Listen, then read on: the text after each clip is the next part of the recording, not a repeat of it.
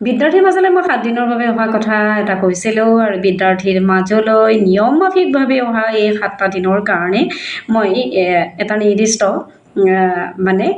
নিৰ্দিষ্ট এৰিয়াৰ ভিতৰত কম বুলি অহাৰ কথা মই ইতিমধ্যেই কৈছোঁ আৰু আজি 1 তাৰিখ জুলাই 1ৰ পৰা জুলাই 7লৈ মই এই নিৰ্দিষ্ট টাইমত আহিবলৈ যত্ন কৰিম আৰু এই নিৰ্দিষ্ট টাইমখিনিৰ ভিতৰত আহি মই আচলতে মই যিখিনি এই এৰিয়াটোৰ ভিতৰত গ্ৰহণ কৰিম যিখিনি কথা কম বুলি আহিম সেইখিনি কথা মই নিশ্চয় ক'বলৈ চেষ্টা কৰিম কৌশল এই কৌশলটো আমি বহু সময়ত বিভিন্ন ধৰণে কওঁ কিন্তু কৌশল বুলি কোৱাৰ লগে লগে মই যেটো কৌশলৰ কথা ক'বলৈ আহিম সেই কৌশলটো হৈছে নাইবা মই ক'বলৈ আহিছোঁ সেই কৌশলটো হৈছে আমি কৃতকাৰ্য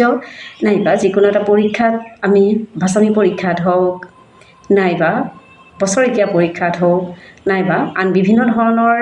প্ৰতিযোগিতামূলক পৰীক্ষাত হওক যেতিয়া আমি নিজকে প্ৰস্তুত কৰোঁ গতিকে তাত আমি কোনবোৰ কৌশল ব্যৱহাৰ কৰোঁ প্ৰথম হৈছে পৰিকল্পনা এই পৰিকল্পনাত বহু ছাত্ৰ ছাত্ৰীয়ে যদিও ভাবে যে পৰিকল্পনাটো মই আগৰ পৰাই নাছিল সাদেন লৈছোঁ সাদেন পৰিকল্পনাৰ কোনো বিষয় মোৰ হিচাপত নাথাকে সাদেন পৰিকল্পনা সকলো সময়তে হঠাৎ কোনোবা এটা প্ল্যান সকলো পৰীক্ষাৰ কাৰণে নহয় কিন্তু গতিকে পৰীক্ষাৰ প্ৰিপাৰেচনৰ কাৰণে হি প্ৰতিযোগিতামূলক পৰীক্ষা হোক বা হি অন্য ধৰণৰ পৰীক্ষা হোক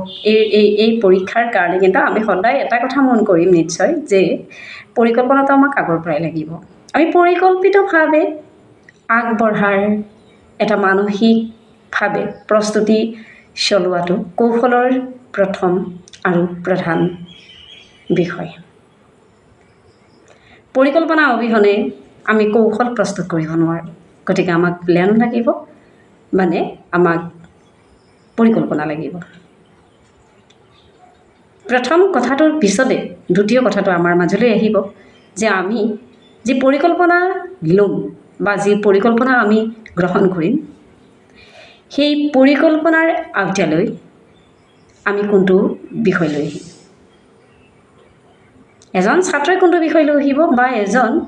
স্নাতক বা স্নাতকোত্তৰ উত্তীৰ্ণ বা অন্য ধৰণৰ পৰীক্ষা উত্তীৰ্ণ বা আন ধৰণৰ ছাত্ৰই কেনে ধৰণৰ এটা পৰিকল্পনা লৈ আহিব বা তেওঁলোকে দুৰ্নিগতীয়া পাঠ্যক্ৰম গ্ৰহণ কৰিছে তেনে ধৰণৰ পৰিকল্পনা কোনটো পৰিকল্পনা কৰাৰ পিছত তেওঁ কি ধৰণৰ চিন্তা কৰি পেলাই কোনটো পৰিসৰ তেওঁ গ্ৰহণ কৰিব যদি তেওঁ পৰিসৰ গ্ৰহণ কৰে যে চাকৰি কি ব্যক্তিগত বা চৰকাৰী যি নহওক তেতিয়াহ'লে তেওঁ উপযুক্ত কোনটো বিষয় কোনটো দিশত দিব তেওঁ এক্সামিনেশ্যনটো কোনটো দিশত এক্সামিনেশ্যনটো দিব সেইটো চাব লাগিব যে তেওঁ এনেকুৱা ধৰণৰ হ'ব নেকি যে তেওঁ এগ্ৰিকালচাৰৰ কাৰণে প্ৰিপাৰেশ্যন কৰিব নাইবা তেওঁ মেডিকেলৰ কাৰণে প্ৰিপাৰেশ্যন কৰিব নাইবা তেওঁ আন ধৰণৰ কোনোবা পাঠ্যক্ৰমৰ কাৰণে তেওঁ পৰিকল্পনা কৰিব আন ধৰণৰ কোনো পাঠ্যক্ৰম তেওঁৰ ইয়াত আছে বা আন ধৰণৰ প্ৰতিযোগিতামূলক পৰীক্ষা দিবৰ কাৰণে তেওঁ নিজক সাজু কৰিব তেওঁ নেট দিবৰ কাৰণে প্ৰিপাৰেশ্যন কৰিব তেওঁ স্লেট দিবৰ কাৰণে প্ৰিপাৰেশ্যন কৰিব তেওঁ কি ধৰণৰ পৰিকল্পনা কৰিব আৰু কি ধৰণৰ পৰিকল্পনা কৰি পেলাই কি ধৰণৰ এৰিয়া তেওঁ গ্ৰহণ কৰিব গতিকে প্ৰথম হৈছে প্ল্যান আৰু দ্বিতীয় হৈছে এৰিয়া গতিকে প্ল্যান আৰু এৰিয়া এই দুটা বস্তু নিৰ্দিষ্ট কৰিব লাগিব প্ল্যানটোতে ঠিক কৰিব লাগিব আসলে কোনটো বিষয় আৰু এৰিয়া মোটামুটি তাৰ মাজতে সীমাবদ্ধ হৈ থাকিব গতিকে প্ল্যান আৰু এৰিয়াৰ পৰৱৰ্তী সময়ছোৱাত আমাৰ যি ধৰণৰ প্ৰস্তুতি দৰকাৰ হ'ব আমি সেইখিনিতে সিলেবাসখিনি মাজলৈ আহিম আমি সিলেবাস ল'ম কোনখিনি সিলেবাস তাত কি ধৰণৰ থাকিব তাত সিলেবাসখন আমি যেটো এক্সামিনেশ্যন দিবলৈ যাম তাত সিলেবাসখন কেনে ধৰণৰ হ'ব ধৰি লোৱা হোক যে এটা একেবাৰে সাধাৰণ মই উদাহৰণ এটা দিছোঁ যে এতিয়া অহা জুলাই মাহত DLED বা BEdৰ এক্সামিনেশ্যন যিবোৰ হ'ব বাছনি পৰীক্ষাৰ বাবে এন্ট্ৰেন্স যিবোৰ হ'ব এই এন্ট্ৰেন্সসমূহৰ কাৰণে ছাত্ৰ ছাত্ৰীসকলে হয়তো বা যিবোৰ এন্ট্ৰেন্স দিবলৈ ইচ্ছা কৰিব তেওঁলোকে কি কৰিব যে সৰ্বপ্ৰথমে তেওঁলোকে ন্যূনতম যিটো গাইডলাইন আছে গাইডলাইনটো আল্টিমেট গম পাই লৈ তেওঁলোকে ফৰ্ম ফিল আপ কৰিছে এণ্ট্ৰেঞ্চৰ কাৰণে তেওঁলোকে যেতিয়া এণ্ট্ৰেঞ্চত বহিব তেতিয়াহ'লে তেওঁলোকে এণ্ট্ৰেঞ্চত বহিবলৈ যোৱাৰ আগত তেওঁলোকে এণ্ট্ৰেঞ্চত কোনবোৰ বিষয় আহিব চাবলৈ যাব যদি তেওঁলোকে এণ্ট্ৰেঞ্চত কোনবোৰ বিষয় আহে তেওঁলোকে সেই এৰিয়াটো চিলেবাছৰ ভিতৰত অকণ সোমাব লাগিব তেতিয়াহ'লে তেওঁ প্ৰথম জানিব লাগিব আচলতে তেওঁ কোনটো এণ্ট্ৰেঞ্চ গ্ৰহণ কৰিব কোনটো এক্সামিনেশ্যন কোনটোৰ কাৰণে এণ্ট্ৰেঞ্চটো দিব বাছনি পৰীক্ষাটো দিব তেওঁ DLEDৰ কাৰণে যদি দিবলৈ যায় তেতিয়াহ'লে তাত চিলেবাছখন কেনেকুৱা ধৰণৰ হ'ব 100 মাৰ্কছ বা 200 মাৰ্কছৰ পেপাৰখন কেনেধৰণে ক্লিয়াৰ কৰিব লাগিব এইটো তেওঁ জানিব লাগিব যদি BEdৰ কাৰণেও আহে জানিব লাগিব ছায়েন্সত কৰিবলৈ যাব নে আৰ্টছত কৰিবলৈ যাব এইটো এটা বিষয় হ'ব যদি BEdৰ কাৰণে হয় ইতিমধ্যে যিবোৰে DLED নিয়মীয়াকৈ কমপ্লিট কৰিছে সেইসকলে BEdৰ কাৰণে খুব ধুনীয়াকৈ এণ্ট্ৰেঞ্চ দি পেলাই এক্সামিনেশ্যনটো হয়তো ক্লিয়াৰ কৰিব কিন্তু যদি তেওঁলোকে DLED পঢ়িবলৈ যাব নাইবা তেওঁলোকে যদি BEdৰ এণ্ট্ৰেঞ্চ ডাইৰেক্টলি দিবলৈ যাব তেতিয়াহ'লে তেওঁলোকে চিলেবাছখন চাব তেওঁ যিটো এৰিয়াৰ পৰা আহিছে ধৰক ছায়েন্সৰ বেকগ্ৰাউণ্ডৰ পৰা আহিছে ধৰক আৰ্টছৰ বেকগ্ৰাউণ্ডৰ পৰা আহিছে ধৰক তেওঁ কমাৰ্চৰ বেকগ্ৰাউণ্ডৰ পৰা আহিছে তেওঁ যি বেকগ্ৰাউণ্ডৰ পৰা আহিছে তাত দুই এটা ছাবজেক্ট পঢ়িছে ধৰক তেওঁ পলিটিকেল ছায়েন্স পঢ়িছে ধৰক তেওঁ জিঅ'গ্ৰাফি পঢ়িছে ধৰক তেওঁ মেথছ আছিলে নহয় তেওঁৰ অন্য কিবা ছাবজেক্ট আছিলে বা তেওঁৰ ইংলিছ লিটাৰেচাৰ আছিলে বা অসমীয়া আছিলে ইত্যাদি তেওঁ তাৰ মাজৰ পৰা তেওঁ ছ'চিয়েল ষ্টাডি পঢ়ি আহিছে ক্লাছ 9-10ত বা হায়াৰ ছেকেণ্ডাৰীত তেওঁ EVS পঢ়ি আহিছে ডিগ্ৰীত তেওঁ বিভিন্ন ধৰণৰ পাঠ্যক্ৰমৰ মাজত EVS পঢ়ি আহিছে তেওঁ এইবিলাকৰ মাজলৈ যাব আৰু জেনেৰেল পাঠ্যক্ৰমখিনি তেওঁ মনত পেলাব অৰ্থাৎ সৰ্বপ্ৰথমে তেওঁ প্লেনত যাব দ্বিতীয় কথা তেওঁ এৰিয়া ল'ব তৃতীয় কথা তেওঁ চিলেবাছৰ মাজলৈ যাবলৈ ট্ৰাই কৰিব এই তিনিটা বিষয় যেতিয়া তেওঁ তিনিটা দিশ যেতিয়া বিষয় নহয় এই তিনিটা দিশ যেতিয়া স্পষ্ট কৰিব তেওঁ এজন ছাত্ৰই যেতিয়া এই তিনিটা দিশ স্পষ্ট কৰিব তাৰ চতুৰ্থ পৰ্যায়ত তেওঁ যিখন চিলেবাছ তেওঁৰ কাৰণে তেওঁ হয়তো ভাবিছে যে যিখন চিলেবাছ তেওঁৰ কাৰণে দৰকাৰ সেই চিলেবাছখন মাজলৈ সোমাব আৰু চিলেবাছৰ মাজলৈ সোমাবলৈ যাওঁতে ক'ত কিমান নম্বৰ আহিব তাৰ কাৰণে হয়তো তেওঁ জেনেৰেল এখন গাইডবুক যিকোনো গাইডবুক এখন তেওঁ ল'ব পাৰে বা এখন বা দুখন গাইডবুক তেওঁ গ্ৰহণ কৰিব আৰু তেওঁ যেতিয়া গাইডবুক গ্ৰহণ কৰিব সেই গাইডবুকখনত তেওঁ নিশ্চয় গম পাব যে গাইডবুকখনত তাত কিছুমান নাম্বাৰিং কৰা থাকিব বা ইমানৰ পৰা ইমান আহিব যেনে সাধাৰণ গণিতৰ পৰা 10 মাৰ্কছ নাইবা 15 সাধাৰণ বিজ্ঞানৰ পৰা 10 বা 15 জেনেৰেল ছায়েন্স আৰু মেথছৰ পিছত অসমীয়া বুলি থকা বিষয়টোত নিশ্চয় ভাষাৰ কথা ক'ব ভাষাৰ পৰা আহিব 10 বা 15 ঠিক একেধৰণে কাৰেণ্ট যিবোৰ বিষয় কাৰেণ্টৰ ওপৰত আহিব কাৰেণ্ট এফেয়াৰ্ছৰ ওপৰত আহিব ধৰক 10 বা 10 নাইবা 15 ঠিক একেধৰণে EVS বা এনেকুৱা ধৰণৰ জেনেৰেল আন কিছুমান যিবোৰ বিষয় থাকে নিতান্তই আমাক আজিকালি দৰকাৰ সেই ছাবজেক্টৰ মাজতো গৈ তেওঁ 15 বা 10 মাৰ্কছ এনেকৈ তেওঁ 100 মাৰ্কছটো ক্লিয়াৰ হ'ব অৰ্থাৎ চিলেবাছৰ মাজলৈ যোৱাৰ লগে লগে গম পোৱা যাব ইতিমধ্যেই তেওঁ পঢ়ি অহা বিভিন্ন ধৰণৰ বিষয় তাত সোমাই থাকিব বিভিন্ন ধৰণৰ বিষয় যেহেতুকে সোমাই থাকিব কোনোবাই এডুকেশ্যন পঢ়ি আহিছে হায়াৰ ছেকেণ্ডাৰী বা ডিগ্ৰীত সেইটো সোমাই থাকিব কোনোবাই অন্য ছাবজেক্ট এটা পঢ়ি আহিছে ইকনমিক্স পঢ়ি আছে তাত সোমাই আছে কোনোবাই পলিটিকেল ছায়েন্স পঢ়ি আছে পাইছে তাত সোমাই আছে কোনোবাই ছায়েন্সৰ বেলেগ বেলেগ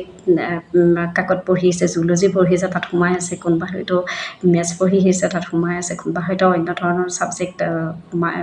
বা পঢ়ি আহিছে তেনেকুৱা ধৰণৰ যে হিষ্ট্ৰী পঢ়ি আহিছে তাত সোমাই আছে এনেকৈ বিভিন্ন ছাবজেক্ট ৱাইজ যি এক ধৰণৰ মানে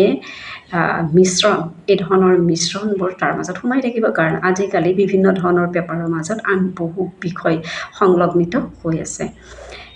গতিকে এই ধৰণে যিবোৰ এতিয়া EVS তুলিয়ে যদি আমি চাওঁ তেনেকুৱা ধৰণৰ বহু বিষয় আমি সোমাই থকা দেখিবলৈ পাওঁ গতিকে এনেকুৱা ধৰণে মানে প্লেন যাব প্ৰথম আহিব প্লেন দ্বিতীয় আহিব আপোনাৰ প্লেনৰ পৰৱৰ্তী সময়ছোৱাৰ আন এটা মানে বিষয় দিশ তাৰপিছত যাব আপুনি চিলেবাছ আৰু তাৰপিছত চিলেবাছৰ ইণ্টাৰনেল যিবোৰ বিষয় এইবোৰৰ মাজলৈ আপুনি সোমাই যাব আৰু একেবাৰে লাষ্টৰ ফালে আহিব যে আপোনাৰ মানে কণ্টিনিউ আপুনি কেনেকৈ কৰিব এই এক্সামিনেশ্যনটো আপুনি কেনেকৈ কণ্টিনিউ কৰিব আৰু এক্সামিনেশ্যনটো কণ্টিনিউ কৰিবলৈ যাওঁতে আপুনি কেনেধৰণে